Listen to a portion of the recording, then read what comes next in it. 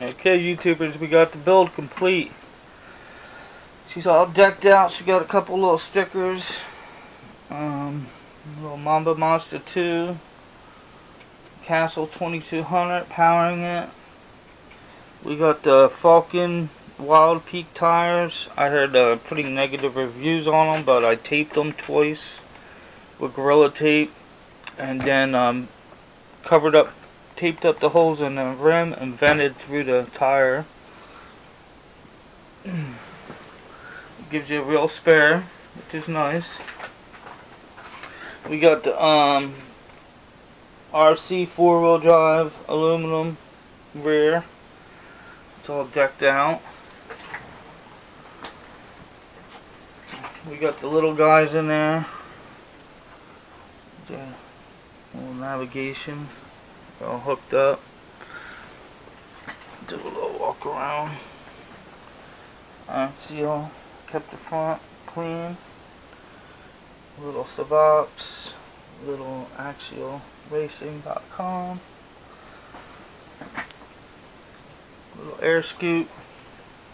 And that's it. I didn't get crazy on the thing. I didn't mount this to take this off to show you guys. But they should have came up. I'm gonna try to see if I can come up with a different design, because they have it so you mount it good, and then you can only hinge it up so high to work on. But I'll have to make a prop. So, all right, we got hot racing rear sway bar link and lower arms. The front are stock, the stiffeners, because I don't think there's gonna be a lot of pressure on them, truthfully, you know. This front chassis support and plate is hot racing. The front diff case is hot racing. The shock tower is hot racing. So the whole front clip with the steering assembly is hot racing. So this whole front clip, even underneath to this part right here that ties the front to the plastic tub, is all hot racing. Now I got a T-bone skid plate that's gonna come in for that, but T-bone sucks and they ain't here, and who knows when it'll be. But all them parts right there for the front are making everything nice and solid. We have the motor mount and the motor mount and motor mount plate hot racing. All hot racing gears inside the diff case. The center diff. Actually, it's not a center diff, but it's like a transmission kind of. It's got the slipper. But yeah, that case is all hot racing too, because they give all plastic, and it's really, the walls are thin right where the bearings go. So I think that's where they're having a lot of their issues with the gears going, because you get that melting or distorted plastic in there, and then your gears aren't meshed and you have problems. If you get this kit, make sure you get this front hot racing clip, because this is the stock one, and as you can see, it's paper smooth and it bends like a piece of cardboard. And they want you to put 9 screws total holding this whole front clip to the plastic. So yeah, right off the bat, get that. If you're gonna get the kit, these little upper and lower links, there's like literally no plastic left when you're done. It's all 4 bolts, and that's gonna break. So get that.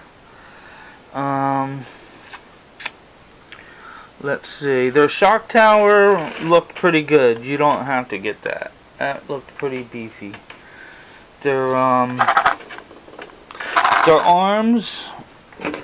are pretty good. I got RPM arms, But these arms do feel pretty good. I don't know if they are, but they feel pretty solid.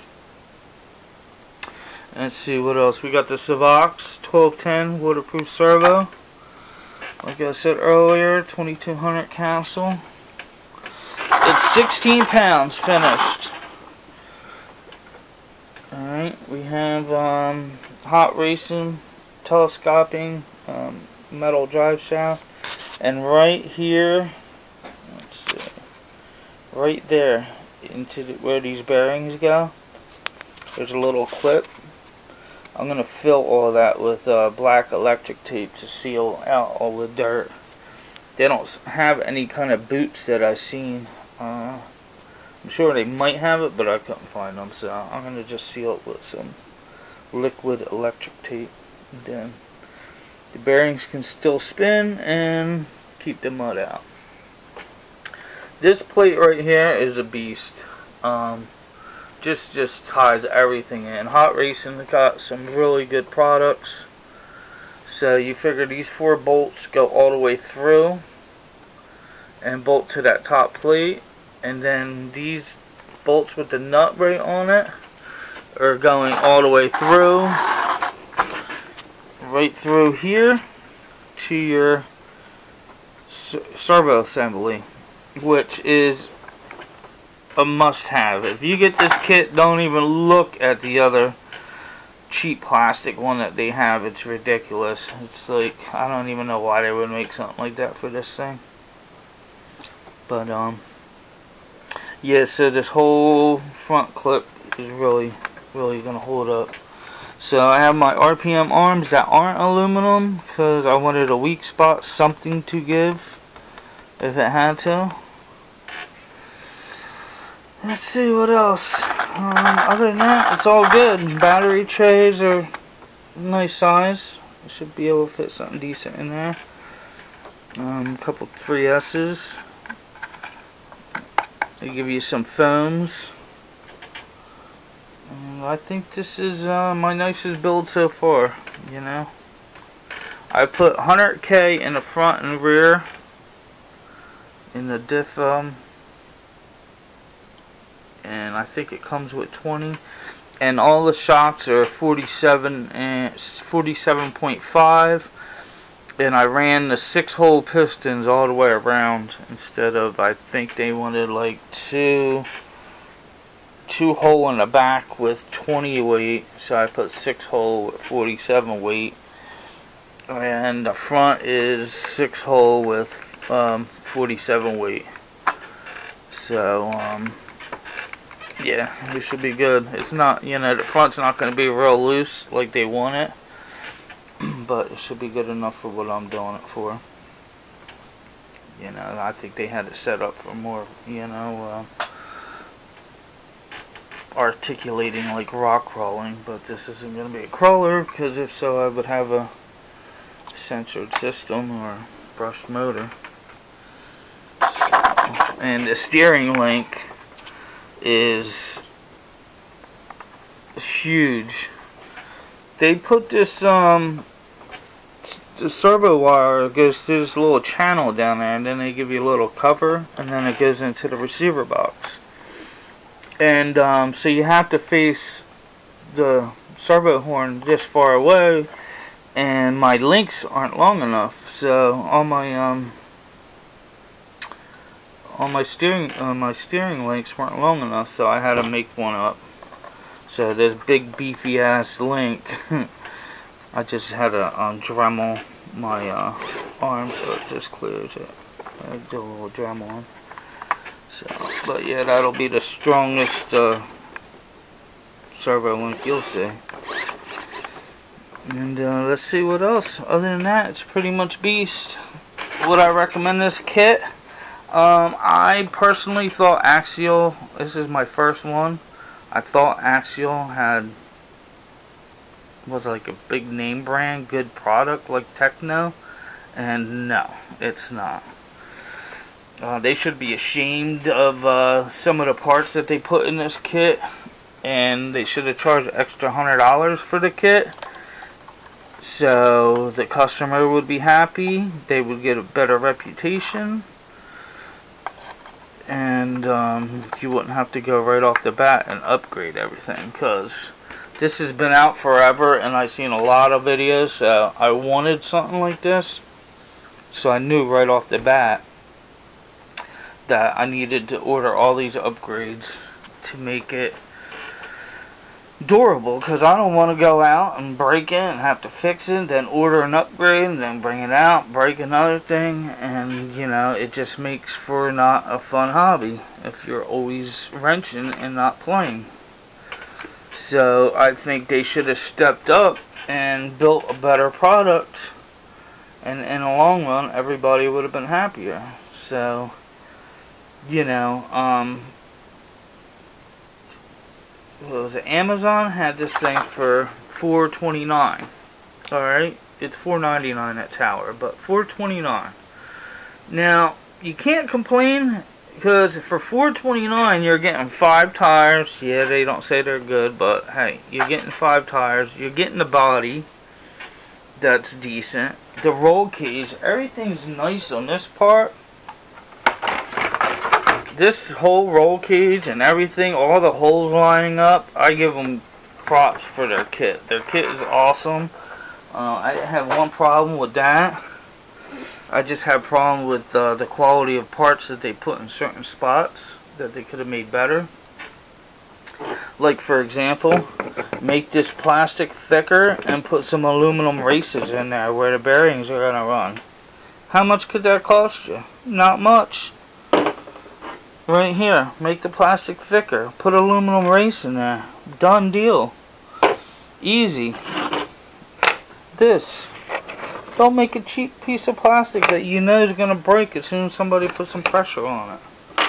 So, alright, enough of the ranting, but you know, that's my take on it. I mean, it's a Techno 410 is $499. It's a 10th scale and doesn't come with tires or a body. So there's another $120, $140 that you have to put out for a 10th scale, and this is basically like a 7th scale when you're done. You know? So I wouldn't mind spending extra $100 and get this kit if I know it was going to be badass right off the bat and not have to worry about nothing. But it is what it is. Hopefully it holds up for me. I would hope so after doing all this, but time will tell. We'll have to get out there and get her muddy. Alright, YouTubers, that's it. That's my little rant. My recommendation is, yes, it's badass. Would I get it, the kit? I would get it again if you know you're going to spend the money for the upgrades. So, you know, all in, you're going to, you know, for a decent price, it's going to cost you at least $1,000 to get this up nice. You know, if you don't have the money, then get a RTR for $500 from Arma, and you'll love it. You know, I mean, their plastics, they're awesome. They put aluminum where they need it. Yeah, you know, it's crazy. You know, Arma will give you aluminum steering plates there. They'll give you aluminum chassis. They give you aluminum shock towers, and they're at an RTR for $500 with tires, motor, ESC. So you know, these companies should be ashamed of themselves. You know, I mean, if you're gonna sell a kit like that, make it worthwhile for people. So, but other than that, you know, it is what it is. I'm still an Armor guy. I love them. You can't beat them. Best RTR out, dollar for dollar. I don't care who you put them up against. You ain't gonna get a better RTR out of the box. And I'll tell you straight up, I will put that RTR against any Axles RTRs, because I don't even know what they got, but from what I seen with the quality of their kits, they ain't got nothing good. So alright, I'm out.